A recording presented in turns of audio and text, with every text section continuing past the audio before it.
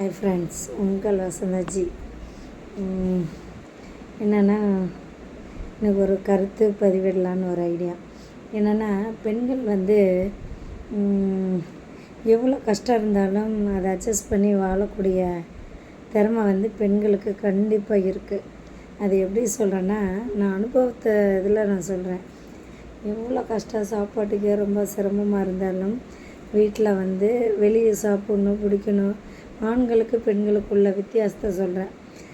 வீட்டில் கொஞ்சோண்டு அரிசி ஏதாவது இருக்கிறத வச்சு சாப்பாடு செஞ்சு சாப்பிட்டு சிக்கனம் பண்ணி வாழ்கிறதுக்கு பெண்களுக்கு அந்த திறமை இருக்குது. அது எப்படின்னா, இன்றைக்கி நேற்றுலாம் ரொம்ப டயர்டு, ரொம்ப முடியல. அதனால் என்ன பண்ணிட்டேன், இப்போ தான் எந்திரிச்சேன். மணி என்ன 11 மணி ஆகப்போகுது. என்ன பண்ணிட்டேன், பசி, ரொம்ப பசி. என்னடா பண்ணுறதுன்னு பார்த்தேன். உப்புமா இருந்தது, ரவை இருந்தது, 4 வெங்காயம், கருவேப்பிலை, இதை போட்டு நல்லா வதக்கி விட்டு தண்ணியை ஊற்றி உப்புமா கிண்டிட்டேன். சர்க்கரை கொஞ்சோன்னு வச்சு பார்க்கங்குதுன்னு டக்குன்னு தான் ரெடி பண்ணேன். இந்த எடுக்கிறேன். இந்த சர்க்கரையை தொட்டு சாப்பிட்டா முடிஞ்சு போச்சு. ஓகேங்களா? இதுதான் பாய்ஸ் எவ்வளோ பசியாக இருந்தாலும் எவ்வளோ கஷ்டம் இருந்தாலும் என்ன பண்ண முடியும்? அவங்க சமைக்க முடியுமா? எல்லாருக்கும். ஆனால் அந்த நேரத்துக்கு அங்கேருந்து போய் கூட வாங்க முடியாது. ஒரு கடையில் கூட போய் டக்குன்னு வாங்க முடியாது. ஆனால் பெண்கள் அப்படி கிடையாது. இருக்கிறத வச்சு 2 நிமிஷத்தில் டக்குன்னு செஞ்சு சமாளித்து காசு, சேவிங்ஸு எல்லாமே பண்ணக்கூடிய டேலண்ட் பெண்களுக்கு இருக்குது.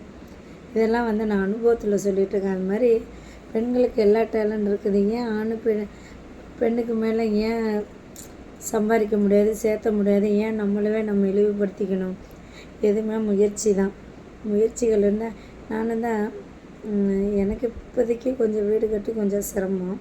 ஆனால் இருந்தாலும் சிரமமாக இருந்தாலும் ஒரு சில நேரம் வீட்டில் சமைக்க முடியலனாலும் கடையில் போய் அதிகமாக நான் சாப்பிட மாட்டேன்.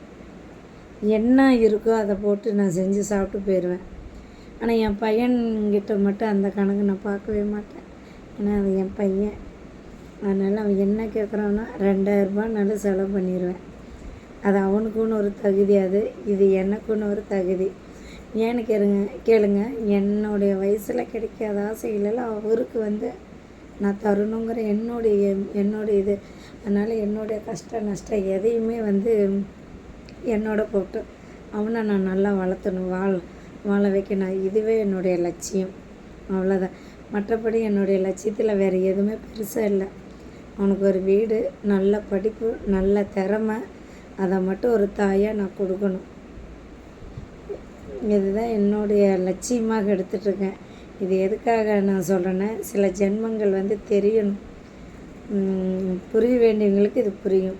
அதுக்காக இந்த கருத்தை என்ன மாதிரி உள்ள எல்லா பெண்களுக்கும் இது ஒரு உதாரணத்துக்காக இதை நான் கடமைப்பட்டு நான் இதை நான் சொல்கிறேன். ஓகேங்களா? பாய்.